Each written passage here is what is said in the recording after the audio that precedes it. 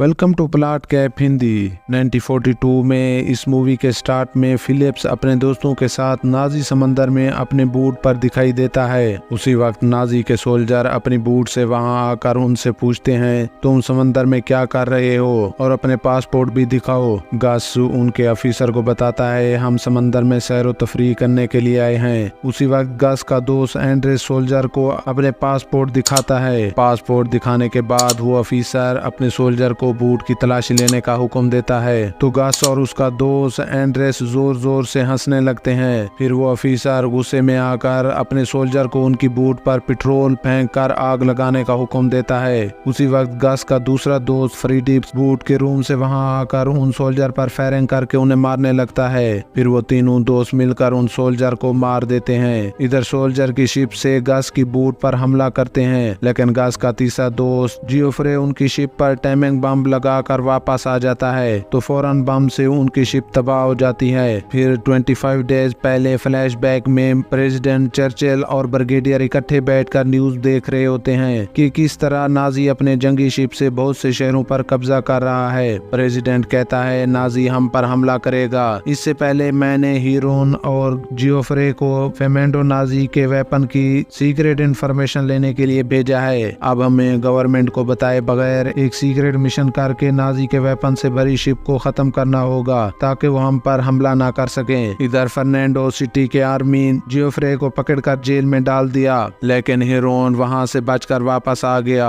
फिर उसी वक्त ब्रिगेडियर गस को वहां बुलाकर उस मिशन का नाम पोस्ट मास्टर रखकर कहता है, तुम्हें नाजी की वेपन से भरी शिप को खत्म करना होगा। तुम एक मछुआरे के रूप में फिशिंग बोट से फर्नांडो में ड्रीप पर जाकर वेपन से भरी शिप को पानी में डुबोगे। हीरोन और मार्जोरी वहां अपनी पहचान बदलकर काम करेंगे क्योंकि हीरोन का फर्नांडो में अच्छा कारोबार और ताल्लुक है। मार्जोरी वहां ड्रीप के कमांडर हैंड्रेज को अपनी जाल में फंसाएगी। गस ब्रिगेडियर से कहता है, अगर इस मिशन का कैप्टन मुझे बना रहे हो तो मैं इस मिशन में अपनी टीम के साथ जाऊंगा। ब्रिगेडियर उसकी टीम के बारे में पूछता है। गस बताता है, मेरी टीम में पहले नंबर पर हीरोन जो कि शिप का बहुत अच्छा पायलट है जिसकी हमें सख्त जरूरत है। दूसरे नंबर पर फेरेडे जो कि बम बनाने में माहिर है। तीसरे नंबर पर एंड्रेस जो कि बहुत अच्छा तीर कमान है, उसका मुकाबला कोई भी नहीं कर सकता। और आखिरी नंबर पर जियोफ्रे चाहिए जो बहुत अच्छा प्लानर और सर्जन है। जियोफ्रे को इस वक्त जर्मन की आर्मी ने कैद करके पलामा में रखा हुआ है। पलामा हमारे मिशन के रास्ते में आता है। हम जियोफ्रे को छुड़ाकर अपने साथ मिशन में ले जाएंगे। ब्रिगेडियर गस की बात मानकर मिशन पर जाने की परमिशन दे देता है। फिर गस अपनी टीम को इकट्ठा करके बताता है, ये मिशन गवर्नमेंट से छुपा कर रहे हैं। अगर हमें इस मिशन के दौरान कुछ हो गया तो हम इसके जिम्मेदार खुद ही होंगे।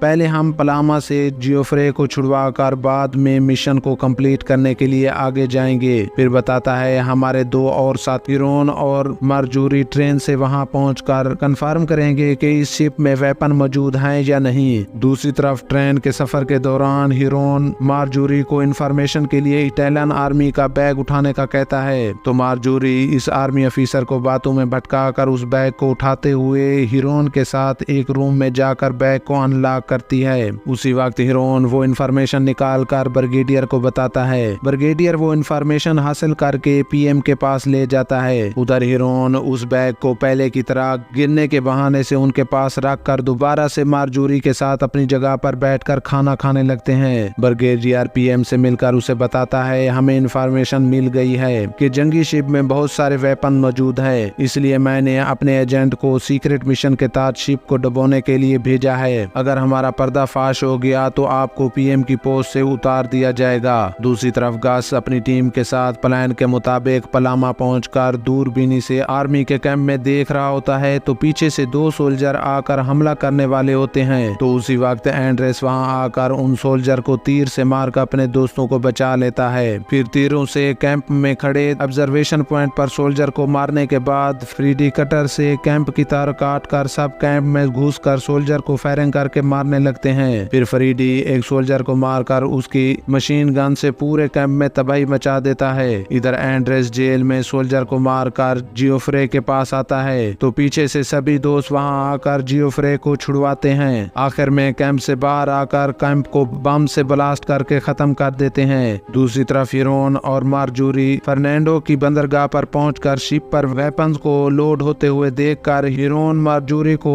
हेनरिच को दूर से दिखाकर कहता है, तुमने इस आदमी को अपनी जाल में फंसाना है। फिर हीरोन मार्जोरी को अपने साथ हेनरिच के ऑफिस ले जाकर उसे कहता है, ये अमेरिका में सोने का बिजनेस करती है, बिजनेस के सिलसिले में आपसे मिलने के लिए आई है। हेनरिच उससे मुलाकात करके कहता है, मैं अपने बॉस से पूछकर आपसे डील करने के लिए राब्ता करूंगा।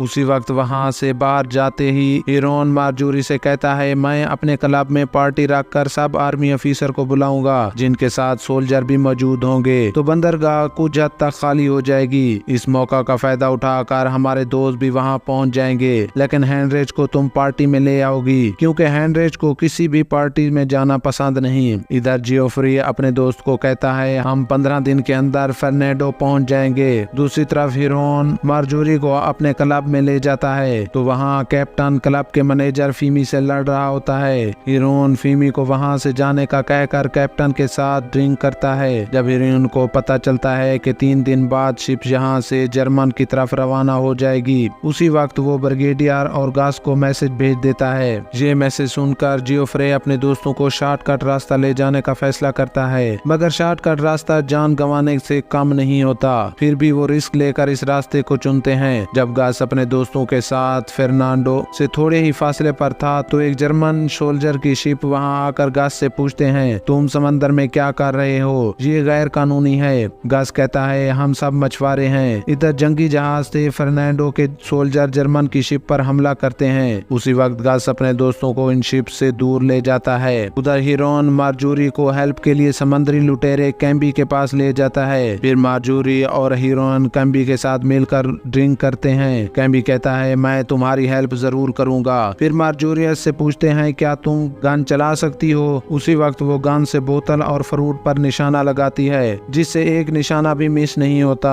फिर हीरोन गास से मैसेज पर बात करके समंदर में मिलने का कहता है। फिर समंदर में मिलकर हीरोन गास की मुलाकात कैम्बी से करवाता है तो कैम्बी कहता है, मुझे इस बात पर गर्व है कि मैं नाजियों को तबाह करने में आपकी मदद कर रहा हूँ। जियोफ्रे कहता है, हम तो सिर्फ 5 बंदे हैं, उनकी तादाद हमसे कई गुना ज्यादा है, हमें उनसे मुकाबला करने के लिए और लोगों की जरूरत है। उसी वक्त कैम्बी के कहने पर उसके बहुत सारे आदमी वहां पर आ जाते हैं जो शिप में छुपे हुए थे। कैम्बी नाजी से मुकाबला करने के लिए बहुत सारे जंगी सामान दिखाता है। फिर गास कैम्बी को बताता है, पार्टी में हीरोन बम से धमाका करके लाइट को ऑफ कर देगा, फिर हम सब मिलकर उस शिप में बम लगाकर अंदर आ जाएंगे। इसके बाद बम ब्लास्ट होने के कारण वो शिप खत्म हो जाएगी। उसी वक्त नाजी से लड़ने के लिए कैम्बी की शिप से गास की शिप पर असलार शिफ्ट करते हैं। दूसरी तरफ हीरोन लाइट को ऑफ करने के लिए बम लगा रहा होता है तो वहाँ कुछ सोल्जर आकर गन से उस पर एम करते हैं तो हीरोन अपनी गन निकाल कर उन्हें मार देता है। फिर रात को मार्जोरी हेनरिच को अपने साथ पार्टी में ले जाती है। पार्टी में हीरोन और कैप्टन ड्रिंक कर रहे होते हैं तो एक औरत वहां आकर कैप्टन को अपने साथ ले जाती है। असल में पार्टी से पहले हीरोन ने कैप्टन का ध्यान भटकाने के लिए उस औरत को पैसे दिए थे। फिर मार्जोरी हीरोन के पास आकर कहती है, पार्टी में तो इटालियन, जर्मन और सभी ऑफिसर मौजूद हैं। हीरोन उससे कहता है, इस पार्टी में ऑफिसर के साथ अक्सर सोल्जर भी आए हुए हैं, इसलिए अब डीप पर बहुत कम सोल्जर होंगे। थोड़ी देर बाद बम ब्लास्ट होने के कारण पार्टी से लाइट चली जाएगी, तब तक तुम हेनरिच का ध्यान भटकाती रहना। फिर वो हेनरिच के पास जाती है तो वहाँ एक आदमी हेनरिच को कहता है, हमने डीप पर पहले से ज्यादा सोल्जर को पहरा देने के लिए भेज दिया है। उसी वक्त मार्जोरी बाथरूम का बहाना बनाकर हीरोन को बताती है, उन्होंने डीप पर पहले से ज्यादा सिक्योरिटी टाइट करके वेपन से भरी शिप को और मजबूत बना दिया है, अब वो कभी भी डूब नहीं सकती।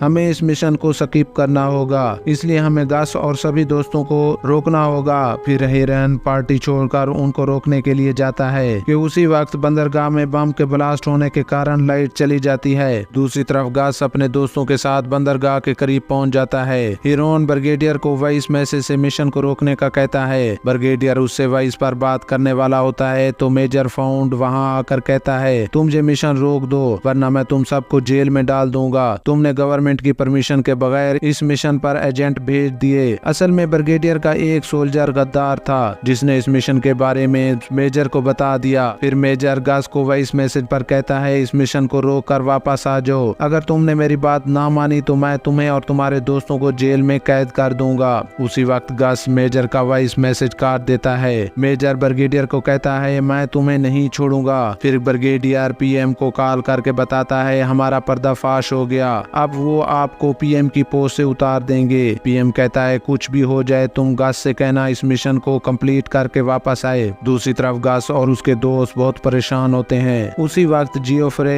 उनको एक आइडिया बताता है कि हम अगर वेपन से भरी शिप को ही चोरी करके बंदरगाह से समंदर में ले जाकर वेपन को चुरा लेंगे, फिर हमें शिप को डुबाने की जरूरत ही नहीं, हम शिप को बम से ब्लास्ट करके वहां से निकल जाएंगे। उसी वक्त कैम्बी के पास आकर गस उसे सारा प्लान बताता है, वो भी हेल्प करने के लिए मान जाता है। फिर वो मिशन को कंप्लीट करने के लिए आगे बढ़ते हैं। इधर मार्जोरी पार्टी में सबका ध्यान भटकाने के लिए गाना गाती है। दूसरी तरफ गस अपने दोस्तों के साथ बंदरगाह पर पहुंचकर नाजी के सोल्जर पर फायरिंग करके मारने लगता है। हेनरिच को मार्जोरी के बारे में सब कुछ पता चल जाता है। उधर गस अपने दोस्तों के साथ बंदरगाह पर बम लगाकर वेपन से भरी शिप को चुराने के लिए तैयार होते हैं। तो बंदरगाह पर बम ब्लास्ट होने के कारण धमाके होने लगते हैं। बंदरगाह पर धमाके होते देखकर पार्टी से सभी सोल्जर बाहर आकर गस और उसके साथों का मुकाबला करते हैं, मगर गस और उसके दोस्त वेपन से भरी शिप अपनी शिप के साथ अटैच करके बंदरगाह से बाहर ले जाते हैं। दूसरी तरफ हेनरिच के सोल्जर मार्जोरी को बंदी बनाकर अपने साथ गाड़ी पर ले जा रहे होते हैं। तो हेनरिच उनको रोक कर मार्जोरी से कहता है तुमने मुझे धोखा दिया, मैं तुम्हें जिंदा नहीं छोड़ूंगा।